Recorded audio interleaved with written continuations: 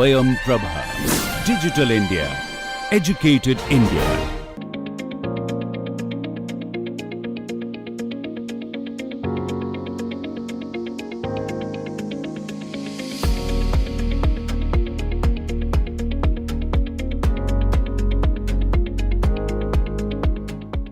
Welcome back to this lecture series on foundations of cyber physical systems. So, in the previous lecture we have talked about different kinds of attack detection strategies, threshold based variable threshold, RL based variable threshold, etc., and also detection based on CAN packets and their aperiodic execution of the controller. So, in this lecture we will talk about some attack mitigation strategies which people have evolved and they are already in place.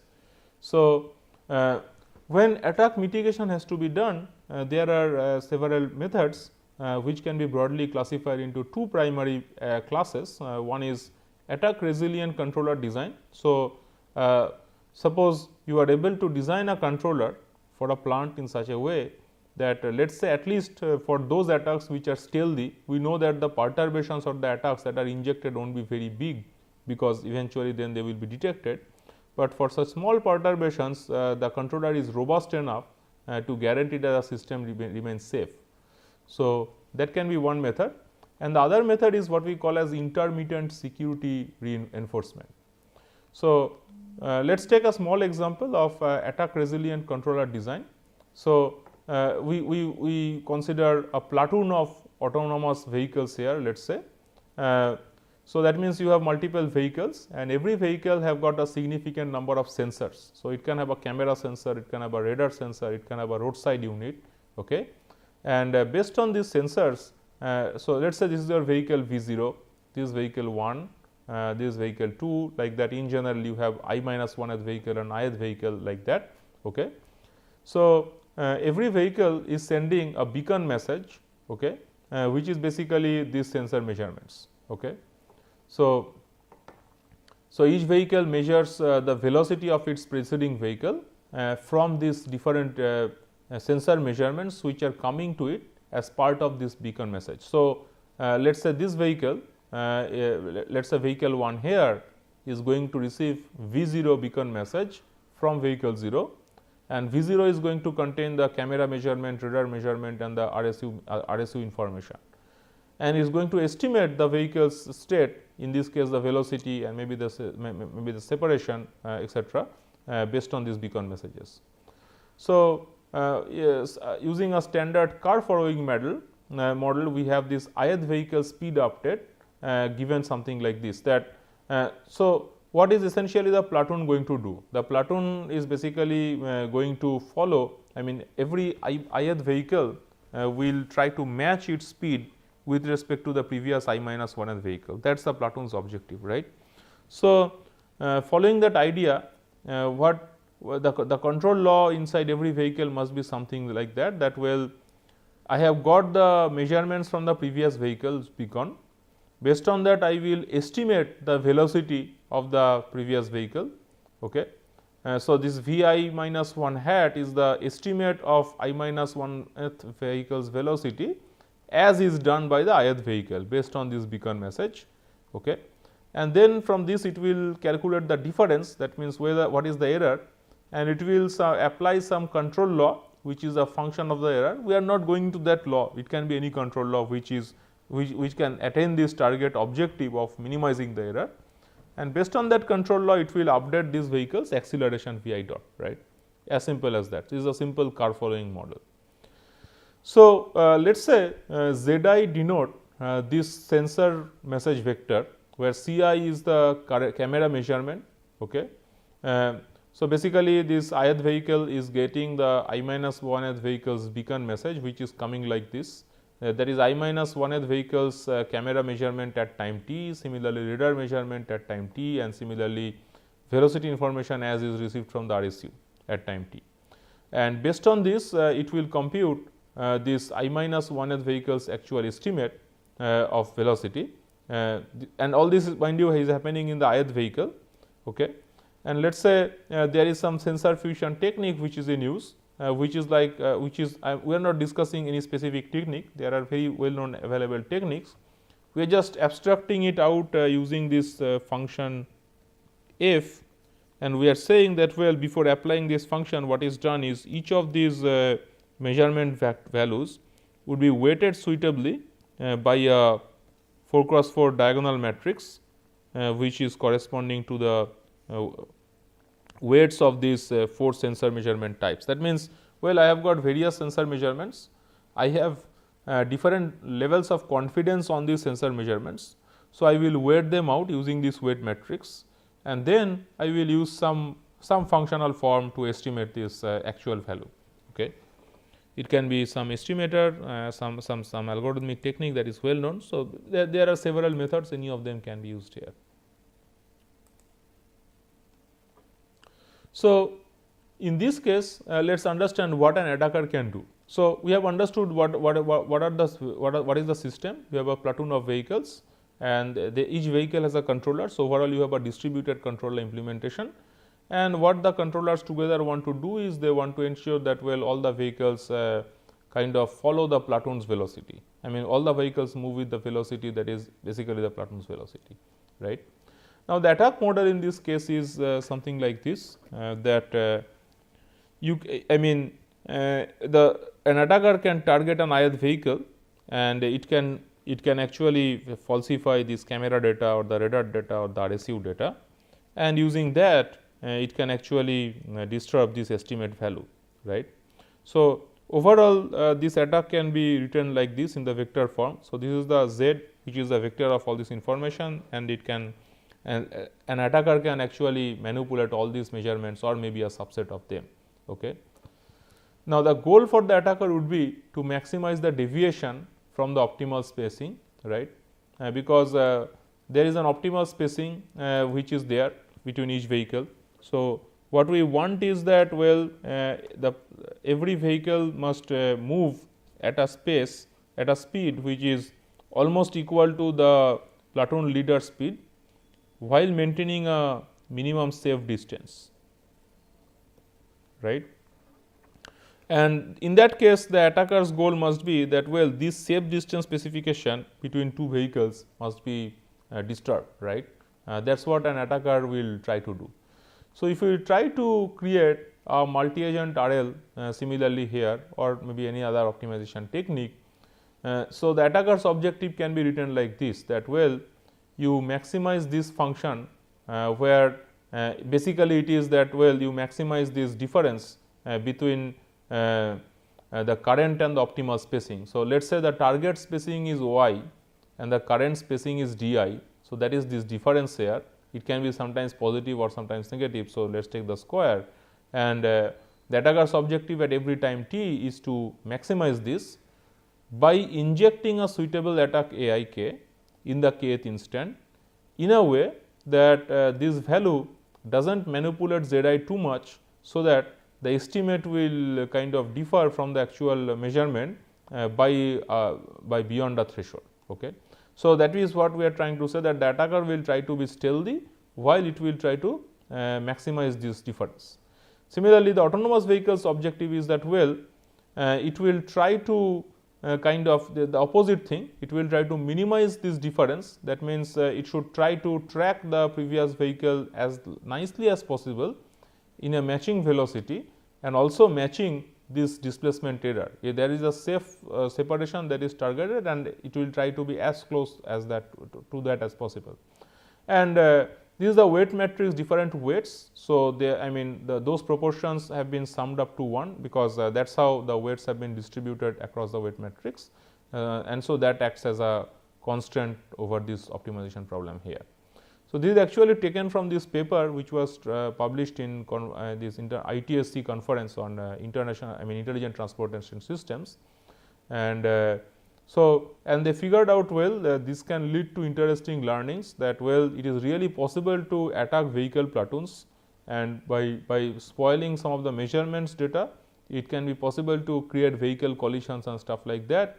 But if you design this kind of a setup, then well, you can have a resilient system that has been designed, where because you have two agents, you create an attacker agent, and then you are trying to train an autonomous vehicle's controller agent which is trying to thwart the attacks. So, the attacker agent will generate optimal attacks because it will try to generate attacks here. I won't say optimal because it is an AI based agent. So, the attacker agent's target is to maximize this separation while satisfying this stealthiness constraint, and the vehicle in the process, the vehicle's agent will learn that well how to thwart the attacker by nullifying the attacks and still maintaining the separation nicely. Okay. So, that is a way to create attack mitigating controllers by a learning based technique. There are many other well known examples also. We thought this is a simple example and that should be nice for this introduction to this topic. Now, let us come to the other topic which is what we call as intermittent security enforcement. So, let us understand what we mean. So, if you recall our previous computation of HMAC and AES, we said that well if we take a CAN packet and we use HMAC and AES, it will result in creating 6 times bus load for each kind of communication. The point is well then we cannot encrypt all the communications in a control loop because of bandwidth constraints, but well what about having some intermediate situations. So, the thing is if you can have a periodic task with no authentication, data 1, data 2, again in the next period data 1, data 2 like that, or you can have all messages being authenticated. So, data 1 followed by MAC, then data 2 again the MAC, right. So, what is happening is data 1's timing constant will now get violated like we discussed. So, what we do is now well let us not encrypt all packets, but let us encrypt some of them. So, data 1 we encrypt here, then we send data 2, but in the next frame we do not send data 1 with encryption, but we send data 2 with encryption, and we see that well in this way if we just reduce the encryption overhead by half, things are kind of schedulable. I mean in this pictorial example, but the trade off is well I am not securing all packets. But then the question comes that well if I do not secure all packets, how do I choose what should be the packets to secure, so that still with this much small amount of security, even if there is an attack, it will either be detected, or if it is not detected, then I have a guarantee that such small stealthy attacks will not make the system unsafe. How can I actually reduce that? So, let us try to understand this problem. So, let us consider this simple formulation here. So, let EK be estimation error under no false data injection, EKA be an estimation error under false data injection on the sensors. Okay. And you have a residue value RK when there is no false data injection, and similarly RKA when there is false data injection on the sensors. So, based on this we can say that well we have a differential error, that is in case there is an error you have an estimation error, in case there is an attack you have an estimation error, in case there is no attack you have another value of estimation error. So, this difference tells you that due to the attack what is the increment in the estimation error, and similarly due to the attack what is the change in the residue value. We will see that why we are actually interested in these quantities. So, first let us consider the no attack scenario.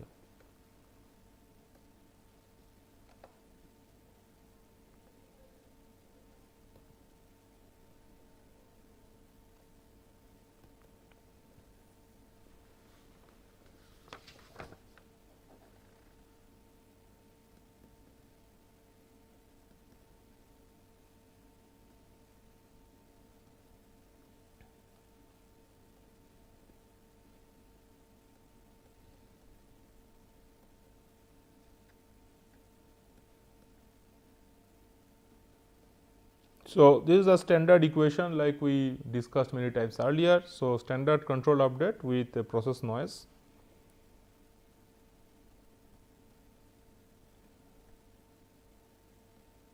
So, this is standard measurement with measurement noise. The estimate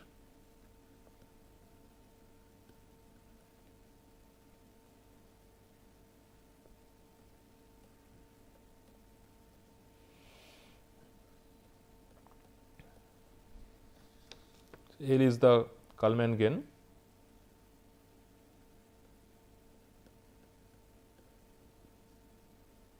and then you can get the residue, which is the actual measurement minus C times your estimate.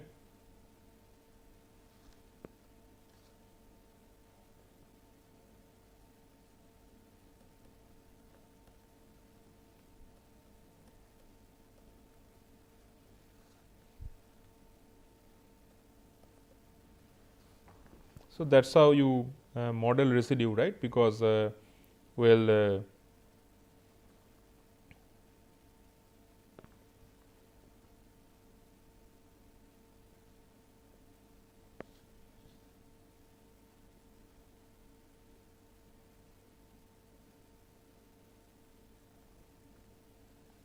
yeah, and from this what we can say is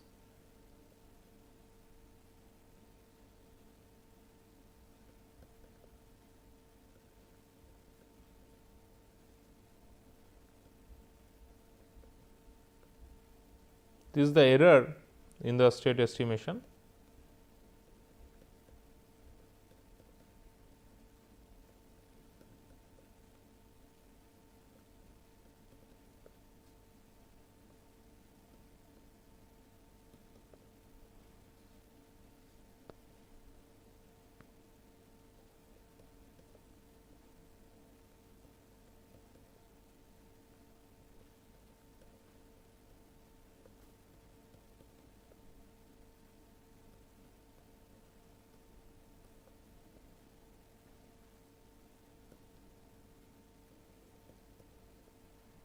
And we can now create an error dynamics here. If you remember, I mean our previous style of derivation.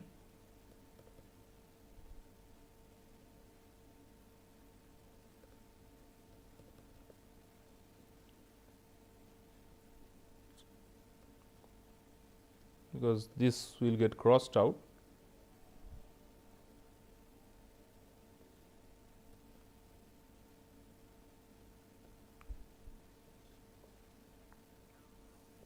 So, this is what you have as the estimation error, and this is the no attack scenario. Now, what about the attack scenario?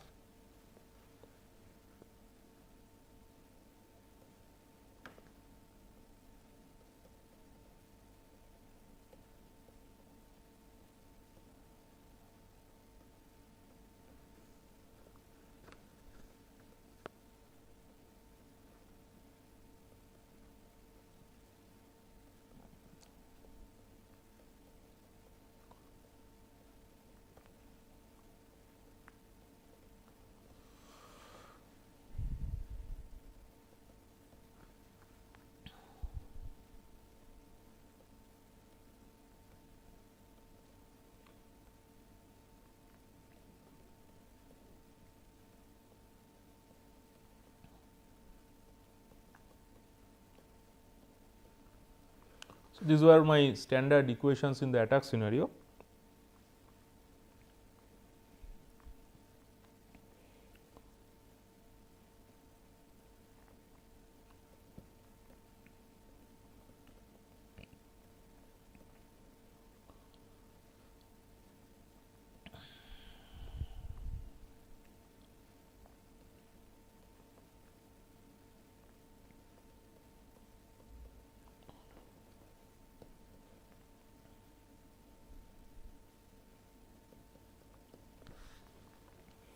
And from this again we can create the error equation in the attack scenario, which will again be something like this only.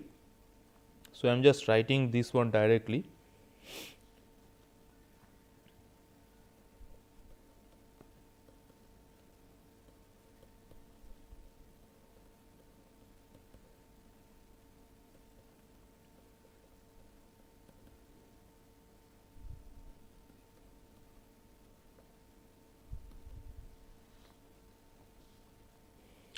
So, from this if you see what is the change in the estimation error. So, it is basically this quantity minus this quantity, it will eventually come as something like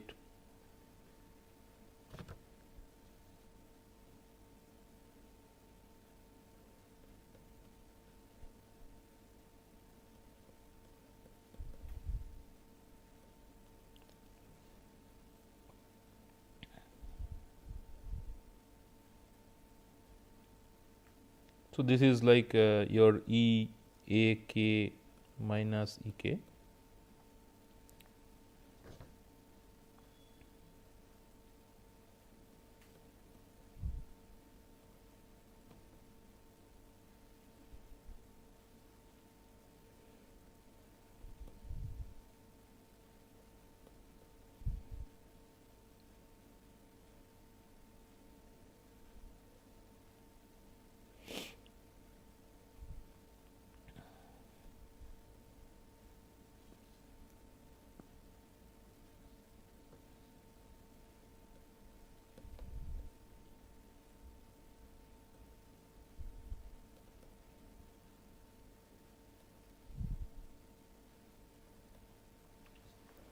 And next we will go about creating the this just like we created this value of delta E k, which is telling me that well what is the difference in the estimation error between the attack and no attack scenario. Similarly, we also need to compute what is the difference in residue between the attack and no attack scenario. So, maybe we will continue from that in the next lecture, and we will end today's lecture with this derivation. Thank you.